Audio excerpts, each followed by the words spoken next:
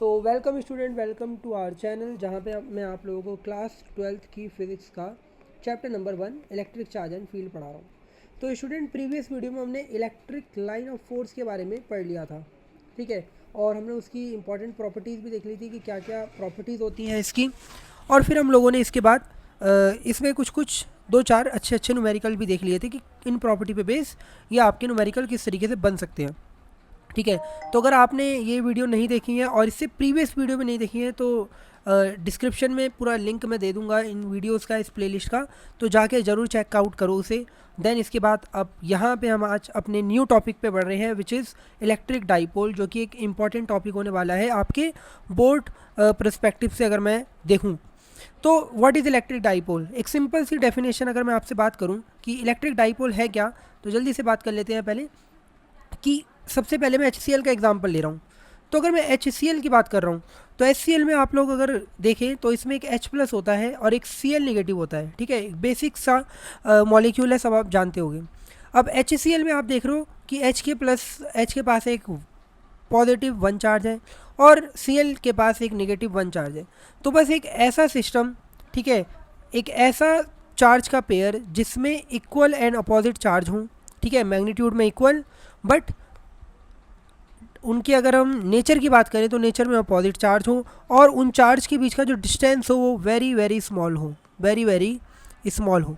तो बस इसी पूरे के पूरे सिस्टम को ही हम बोलने स्टार्ट कर देंगे क्या, इलेक्ट्रिक डाइपोल। आई बात समझ में, what we call electric dipole. अब इसका एक और एग्जांपल अगर मैं आपसे कहूँ तो NaCl। अब NaCl में भी आप कहोगे Na के ऊपर +1 और Cl के ऊपर नेगेटिव, तो चार्ज इक्वल है और बिल्कुल अपोजिट है एक दूसरे के, और दोनों के बीच का डिस्टेंस भी स्मॉल है। तो बस ऐसे ही सिस्टम को बोल देते हैं हम लोग इलेक्ट्रिक डाइपोल। तो ये इसकी डेफिनेशन है। अब देख लेते हैं जल्दी से क्या बोला है यहाँ पे डेफिनेशन में कि a system of two equal and opposite charges separated by certain distance, और ये डिस्टेंस कैसी होगी, स्मॉल होगी, is called an electric dipole. जैसे यहाँ डायग्राम में मैंने शो कर रखा है, ठीक है। एक तरफ नेगेटिव चार्ज है, एक तरफ पॉजिटिव चार्ज है, और इनके बीच का एक डिस्टेंस होगा 2a से, जिसे रिप्रेजेंट करते हैं। यहाँ पे ध्यान रखना, इंडियन बुक्स में मोस्ट ऑफ द टाइम हम लोग जो डिस्टेंस है between plus and minus dipole में इसको 2a डिस्टेंस लेट करते हैं। एग्जाम्पल HCl हो गया, NaCl हो गया, NH3 और H2। अब NaCl का तो आपको मैंने बता दिया। सेम एज इट इज़ अगर मैं NH3 पे आता हूँ तो NH3 में आप अगर आओगे तो आप देखोगे N के ऊपर होगा 3 नेगेटिव चार्ज और हमारे पास 3 प्लस के हाइड्रोजन हैं। तो ओवरऑल जितना ही प्लस है उतना ही नेगेटिव है और 3 का डिस्टेंस भी बहुत ही कम होता है, इसलिए NH3 एक डाइपोल है। सेम ऐसी अगर H2O को मैं देखूं तो H2O में भी अगर हम आते हैं तो इस पर 2 पॉजिटिव चार्ज हैं हाइड्रोजन के और एक ऑक्सीजन है 2 नेगेटिव। तो अगर आप देख रहे हो तो जितना अभी भी प्लस है उतना ही नेगेटिव है, तो ये भी हमारा एक इलेक्ट्रिक डाइपोल हो गया। तो क्लियर है क्या होता है इलेक्ट्रिक डाइपोल, समझ में आपको आ चुका होगा, एक बेसिक सी चीज़ है। देन इसके बाद आगे बढ़ते हैं, इंपॉर्टेंट टर्म है यहाँ पे ये electric dipole moment. Electric dipole moment क्या होता है कि आपने क्या करा, इलेक्ट्रिक डाइपोल में से किसी भी एक चार्ज के मैग्नीट्यूड को उठा लिया, ठीक है। क्योंकि मैग्नीट्यूड वाइज तो ये भी सेम है और ये भी सेम है, बस नेचर ही अलग अलग है। तो किसी भी एक चार्ज का मैग्नीट्यूड लो Q, और दोनों के बीच का जो भी डिस्टेंस है, दोनों चार्जेस के बीच का जो भी डिस्टेंस है, क्या कह रहा है, it is defined as the product of either charge and the length of electric dipole, और you can say the distance between two charges, ठीक है। The product of either charge and the distance between charges is called electric dipole moment. तो हमने किसी भी एक charge का magnitude लिया और उसकी मल्टीप्लाई कर दी किससे, दोनों की जो भी डिस्टेंस थी चार्जेस के बीच की। जैसे यहाँ पे मैंने 2a डिस्टेंस दिखाया था -q और +q के बीच, तो बस इसी प्रोडक्ट को ही इलेक्ट्रिक डाइपोल मोमेंट बोल दिया जाएगा। सिंबल क्या होता है p, और क्वांटिटी क्या है वेक्टर, और यूनिट क्या होगी कूलम इनटू मीटर। देखो चार्ज की हो गई कूलम और डिस्टेंस की होगी मीटर। अब यहाँ पे जैसा आपको क्लियर समझ में आ रहा है कि this is a vector quantity, so if this is a vector quantity then अब इसकी कोई ना कोई डायरेक्शन होगी। तो ध्यान रखो जो डायरेक्शन होती है, ठीक है, अगर मैं एक इलेक्ट्रिक डाइपोल बना रहा हूँ, यहाँ पे ये -q चार्ज है and this is +q charge, तो इसकी जो डायरेक्शन होगी वो हमेशा -q से +q होगी, यानी कि नेगेटिव टू पॉजिटिव, ठीक है। ये हो गई p वेक्टर की डायरेक्शन, क्लियर है। तो ये आप लोगों को याद रखनी है, डायरेक्शन क्या होगी -q टू +q। ठीक है। चलिए अब एक बेसिक सा न्यूमेरिकल कर लेते हैं हम लोग, जो कि बहुत ही बेसिक है। क्वेश्चन क्या है, an electric dipole is formed by +5 microcoulomb and -5 microcoulomb charges at 4 millimetre distance. तो यहाँ पे क्लियर समझ में आ रहा है कि एक इलेक्ट्रिक डाइपोल है जो कि +5 माइक्रो और -5 माइक्रोकूलम चार्ज से मिलके बना है, जितना प्लस है उतना निगेटिव है, और डिस्टेंस भी दोनों के बीच 4 mm है। Calculate the electric dipole moment and give its direction. तो बहुत ही बेसिक है यार, मतलब न्यूमेरिकल। तो चार्ज हमें गिवन कर रखा है, तो आपने प्लस और -5 माइक्रोकूलम उठा लिया। माइक्रोकूलम को कन्वर्ट करने के लिए सबको पता है -6 से मल्टीप्लाई कर देंगे। डिस्टेंस, अब यहाँ पे देखो गलती कभी कभी होती है, मैंने क्या बोला, हम डाइपोल की जो डिस्टेंस है या चार्जेस के बीच डिस्टेंस है 2a ऐड करते हैं, तो ये 4 मिलीमीटर पूरा का पूरा 2a है। यहाँ पे आपको ये गलती नहीं करनी है कि इसको 2 से आपने 2 टाइम्स कट कर दिया, ये गलत हो गया। पूरा का पूरा ओवरऑल 2 ही आपका 4 mm है। अब मिलीमीटर को मीटर में कन्वर्ट करेंगे और सीधा इलेक्ट्रिक डाइपोल का फॉर्मूला Q × 2a लगा के देखो, Q की वैल्यू हो गई 5 × 10⁻⁻⁶ और 2a की पूरी वैल्यू है ये। सॉल्व कर लो, इतना आंसर आएगा, और डायरेक्शन हमें रटी हुई है, इतनी होती है। बेसिक, बहुत ही बेसिक था, ठीक है। चलिए अब आगे बढ़ते हैं हम लोग बहुत ही इंपॉर्टेंट डेरिवेशन में, जो कि इंपॉर्टेंट रहेगा आपके बोर्ड एग्जाम के लिए। इसको आप पहले ही इंपॉर्टेंट लगा दो भाई, this is for your board exam.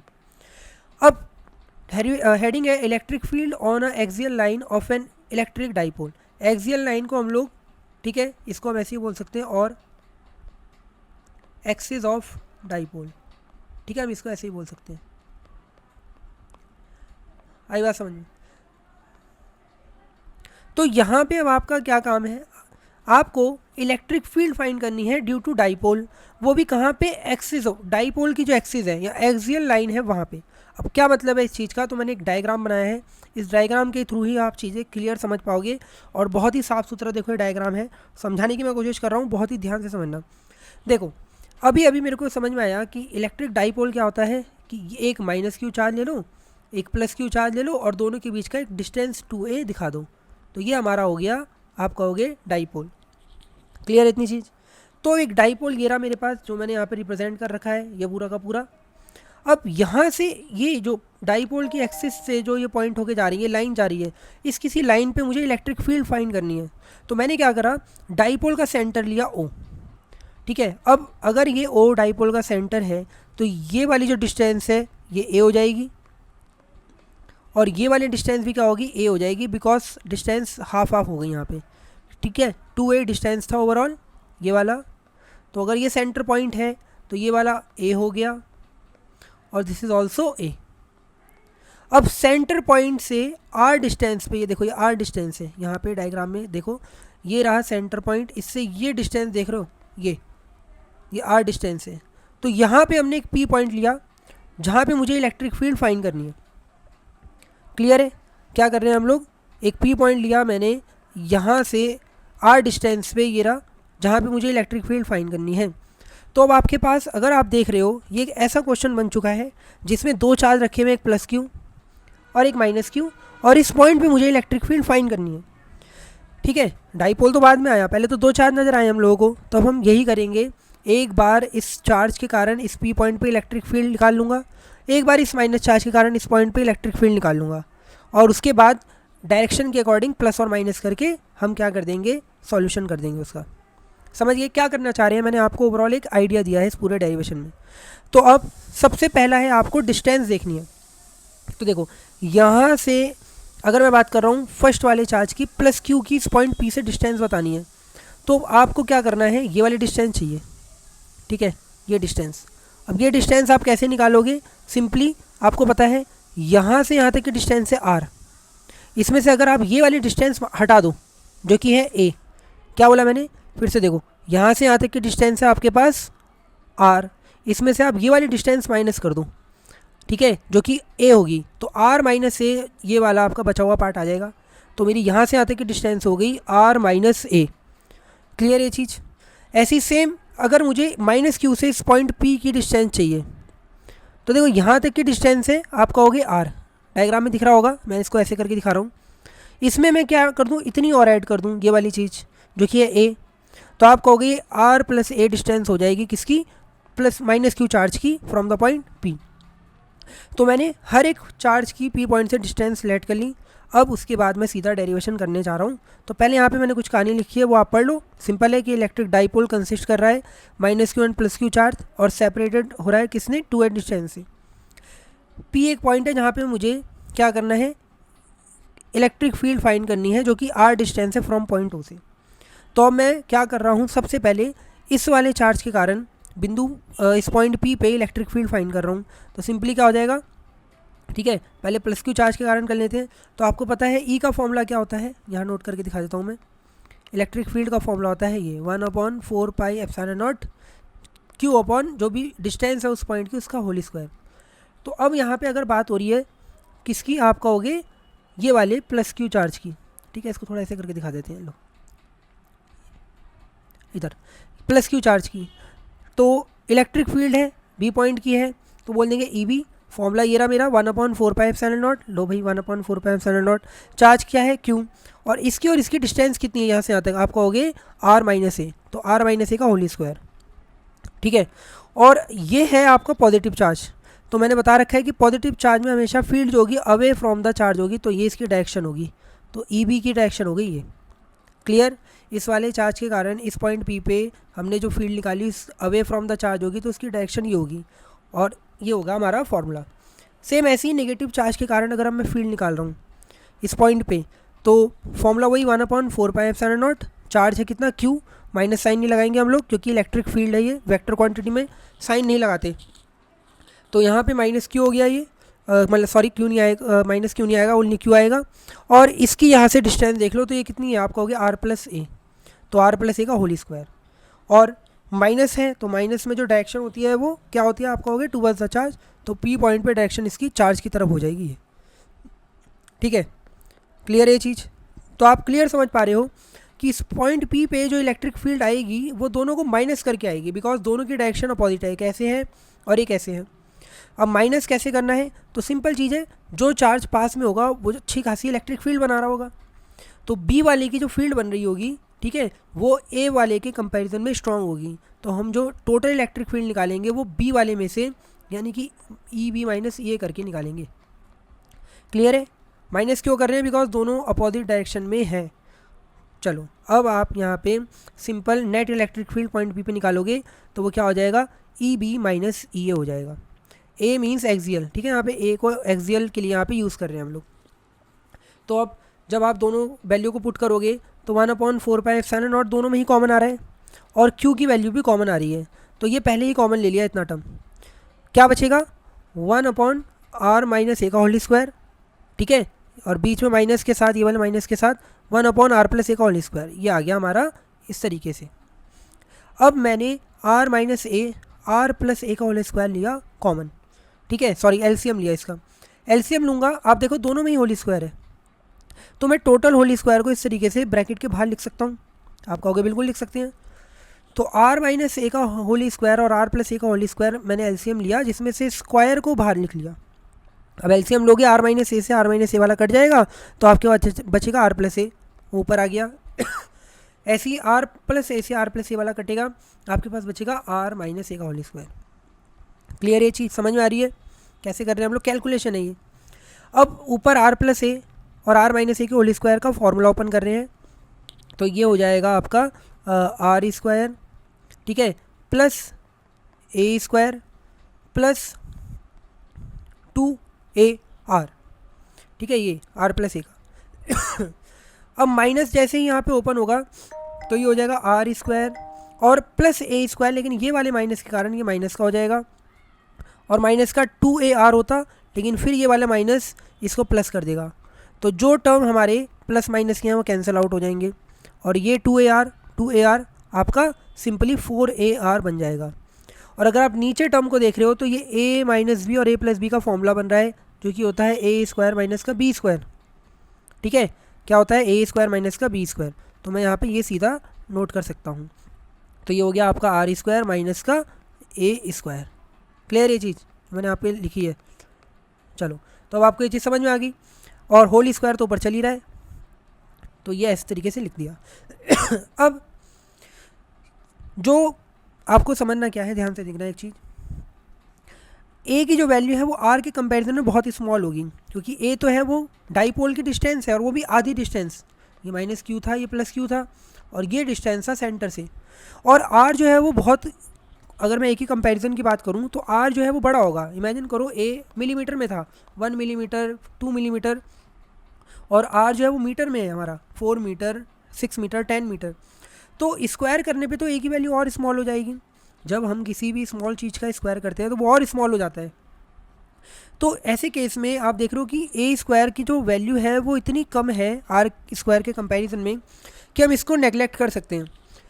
तो ऐसी कंडीशन में हमने क्या करा, इस ए स्क्वायर को ही नेगलेक्ट कर दिया। तो यहाँ से ये ए स्क्वायर वाला टर्म हटा देंगे हम, ठीक है।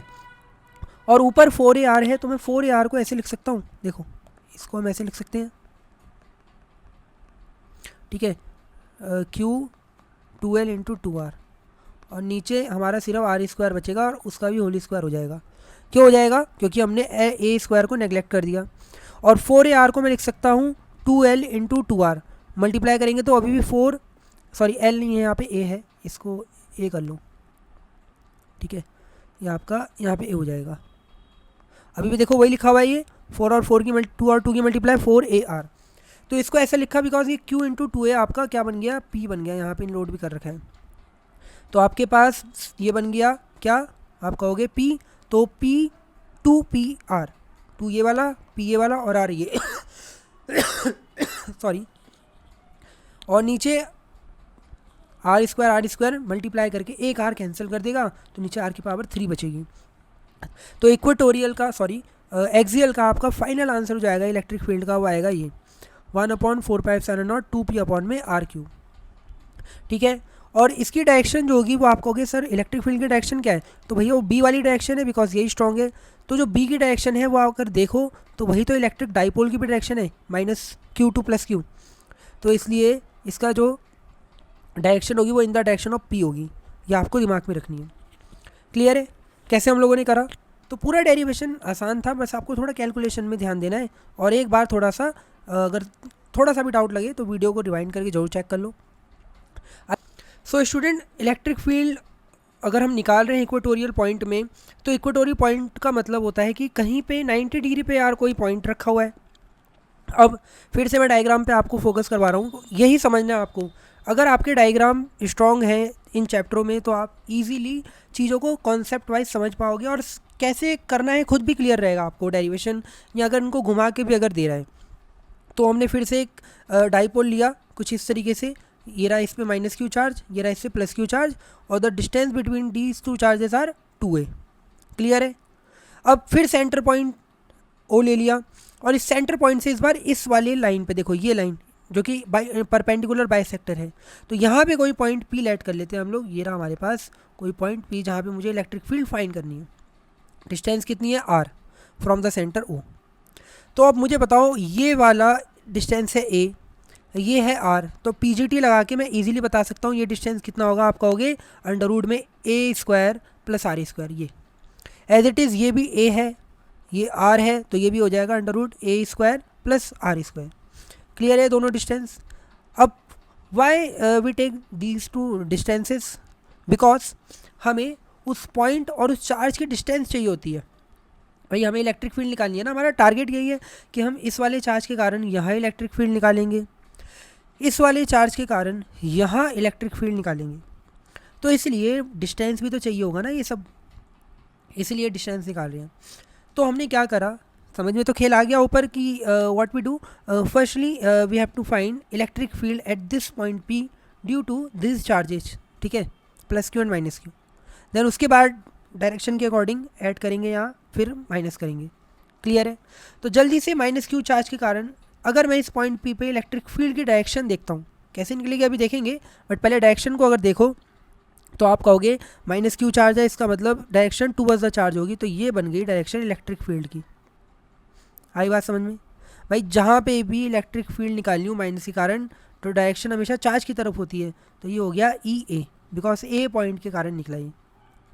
एज इट इज़ अगर मैं +q चार्ज को देख रहा हूँ, तो +q के कारण electric field away from the charge होती है, तो इसलिए इस पॉइंट P पे जो डायरेक्शन होगी वो अवे फ्रॉम द चार्ज, यानी कि दूर जाती हुई होगी इस +q से। क्लियर है? समझ गए? अब जब भी इलेक्ट्रिक फील्ड देखो, अगर ये हॉरिजॉन्टल मैं बनाऊँ तो ये इलेक्ट्रिक फील्ड हॉरिजॉन्टल से एक थीटा एंगल बना रही होगी। भाई ये एंगल थीटा अगर मैंने लिया है, ये एंगल थीटा लिया है, तो ये एंगल और ये एंगल भी थीटा होंगे भाई, अल्टरनेटिंग एंगल ये वाला और ये वाला करिस्पॉन्डिंग एंगल। क्लियर है? तो मैंने आपको बता रखा है कि vector quantity makes an angle theta with an axis.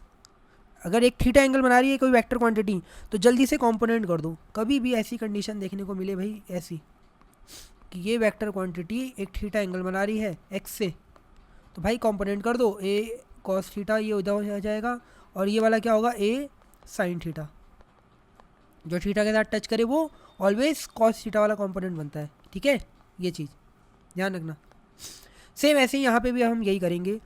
मुझे क्लियर समझ में आ गया कि यार ये वाला जो है कंपोनेंट बनने को तैयार है, तो इसके कंपोनेंट अब मैं करूँगा, एक कंपोनेंट जाएगा इधर, एक कंपोनेंट जाएगा इधर। समझ में आ रही है ये चीज़ें, कंपोनेंट कैसे कर रहे हैं। अब ये थीटा के साथ टच कर रहा है, तो इसलिए ये कंपोनेंट क्या बनेगा, आप कहोगे ई ए का कॉस थीटा कंपोनेंट, तो ई ए कॉस थीटा।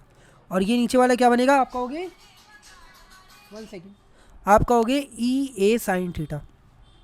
ठीक है, ऐसी सेम ये वाला इधर जा रहा है थीटा एंगल बनाते हुए, तो इसके भी कंपोनेंट होंगे। तो यहाँ पे जो कंपोनेंट बनेगा वो इस बी वाले का same E B cos theta बनेगा, क्योंकि थीटा टच कर रहा है। और जो ऊपर बनेगा वो क्या बनेगा, ऊपर वाला आप कहोगे ये बनेगा ई बी साइन थीटा। ठीक है, जो थीटा के साथ टच करता है वो कॉस थीटा वाला कंपोनेंट बनता है। तो फिर से समझ लो, ये ऐसे था तो ये इधर जा रहा है, थीटा के साथ टच है तो ई ए कॉस थीटा, नीचे वाला ई ए साइन थीटा। सेम ऐसे ही ये इधर जा रहा है तो ये ई बी साइन थीटा, और ये थीटा के साथ टच है तो E B cos theta. Clear? अब हमें समझ में आ गया ये चीज़ें। तो अगर मैं इलेक्ट्रिक फील्ड निकालता हूँ पहले ई और ई बी, तो मेरे पास फॉर्मूला वही है 1/4πε0 जो भी चार्ज है क्यू। अब दोनों ही सेम चार्ज है क्योंकि हम माइनस तो लेते नहीं, और डिस्टेंस भी दोनों की सेम ही है, तो मैं बोल सकता हूँ कि ई ए और ई बी दोनों इक्वल होंगे मैग्नीट्यूड वाइज। ठीक है, तो ये फॉर्मूला हो जाएगा। दोनों सेम है तो दोनों को ई डैश भी कर सकता हूँ मैं, दोनों को ई डैश भी बोल सकता हूँ, दोनों सेम चीज़ है। बाकी आपकी मर्जी, आप चाहो तो ई डैश लिखो, मत लिखो, कोई बात नहीं ऐसी। क्लियर है ये चीज़? चलो अब आप ध्यान से देखो कि मैग्नीट्यूड वाइज ये और ई भी सेम है, ये भी साइन थीटा है, ये भी साइन थीटा, तो इसका मतलब ये दोनों कंपोनेंट कैंसिल हो जाएंगे साइन थीटा वाले, बिकॉज डायरेक्शन अपोजिट है और मैग्नीट्यूड पूरा पूरा सेम है। ई ए और ई बी दोनों ही सेम तो आ रहे हैं, देखो दोनों की सेम वैल्यू है। क्लियर? और ई बी कॉस थीटा और ई A cos theta same direction में होने के कारण दे विल एड अप, ये ऐड हो जाएंगे। तो यहाँ पे यही लाइन लिखी हुई है कि the E A sine theta and E B sine theta are cancel out and E A cos theta and E B cos theta will add up, add हो जाएंगे। तो जो net electric field point P पे आएगी वो इन दोनों को add करके आएगी। तो दोनों को मैंने ऐड कर दिया, E A cos theta E B cos theta को, और ई और ई बी दोनों को ही मैंने ई डैश लेट कर रखा है बिकॉज दोनों ही सेम है, तो दोनों की जगह ई डैश रख दिया। ये और ये सेम है तो ऐड हो जाएंगे, तो 2 ई डैश कॉस थीटा हो जाएगा। अब ध्यान से देखो, 2 की value as it is, E dash की वैल्यू ये दिख रही है मेरे को, ये रही, तो ये मैंने पुट कर दी। ठीक है, स्क्वायर था तो ये अंडर रूट कैंसिल हो जाएगा, इस स्क्वायर का ये आ जाएगा। और कॉस थीटा की वैल्यू अगर आप यहाँ से देख रहे हो इस डायग्राम में यहाँ नोट कर देता हूँ कहीं, कॉस थीटा की वैल्यू क्या होगी, आप कहोगे ये रहा सर, ये ट्राइंगल है मेरे पास, इससे मुझे कॉस थीटा बताना है, तो होता है बेस अपॉन में हाइपोटेनियस। तो बेस है इसका ए और हाइपोटेनियस है इसकी अंडर रूट में वही आर स्क्वायर और ए स्क्वायर। क्लियर है चीज़? यहाँ से कैसे आया, तो बस कॉस थीटा की वैल्यू यहाँ पे मैंने ये वाली ये देखो पुट कर दी यहाँ पे। अब जैसे ही पुट करके सॉल्व करेंगे तो देखो ये पावर है 1 और अंडर रूट का मतलब होता है पावर कितना, आप कहोगे 1/2, अंडर रूट का ही मतलब होता है। तो ऊपर तो q इंटू 2a बन चुका है भाई, q ये रहा और 2a ये रहा, तो ऊपर p बन गया और नीचे ये पावर 3/2 हो गई, ऐड हो गए दोनों, ये वाला और ये वाला। समझ गया ना ऊपर का केस? अब फिर से वही, अभी हमने सीखा कि a जो है वो लेस देन है r से, तो a square very very less than हो जाएगा r स्क्वायर से। तो इस केस में हम a स्क्वायर को पूरी तरीके से नेगलेक्ट कर देंगे, तो ये a स्क्वायर कैंसिल हो जाएगा, बचेगा 3/2, 2 से 2 कैंसिल, तो आएगी पावर 3। तो ओनली p/r³ ये आंसर होगा हमारा। और इसकी जो डायरेक्शन होगी वो p के अपोजिट है। क्यों भाई, डाईपोल की डायरेक्शन है ये -q से +q, और p वेक्टर जो है हमारा वो इधर की तरफ जा रहा है, तो इसलिए इलेक्ट्रिक फील्ड अपोजिट हो गई p डायरेक्शन की। क्लियर ये चीज़। तो ये दो फॉर्मूले आपको दिमाग में रखने हैं कि इक्वेटोरियल में क्या था और एक्सियल में क्या है। अब इसके बाद हम बढ़ते हैं electric field due to an electric dipole at any point. ठीक है, ये भी इंपॉर्टेंट है। इंपॉर्टेंट क्यों है? क्योंकि यहाँ से आप अभी तक तो हम इक्वेटोरियल एक्सियल पॉइंट में ही बता पा रहे थे, लेकिन किसी दोस्त ने आंसर कर दिया कि ज़रा बताओ, ये देखो डायग्राम, ठीक है, ये रहा मेरे पास dipole minus Q plus Q का, इस वाले पॉइंट पे बताओ। अब आपने कहा यार ये वाला पॉइंट, ये तो परपेंडिकुलर बाइसेक्टर भी नहीं है और एक्सियल भी नहीं है, तो ये मैं कैसे बताऊँ? तो बस किसी भी पॉइंट पे अगर इलेक्ट्रिक फील्ड फाइंड करनी है तो ये उसके लिए है और इम्पॉर्टेंट है। ठीक है, और इजी तरीके से मैं आपको कराऊंगा, यहाँ पे समझ में एकदम आ जाएगा। तो हमने क्या बताया आपको कि मान लो ये रहा मेरे पास डाइपोल, ठीक है, एक माइनस क्यू चार्ज ये रहा, एक प्लस क्यू चार्ज ये रहा, ठीक है, और ये वो पॉइंट है क्यू जहाँ पे मुझे इलेक्ट्रिक फील्ड फाइंड करनी है। क्लियर? तो अब पहले मैं क्या करूँगा, मुझे समझ में आ गया कि जो इलेक्ट्रिक डाइपोल है इसकी जो डायरेक्शन होगी वो ये होगी। क्यों होगी ये?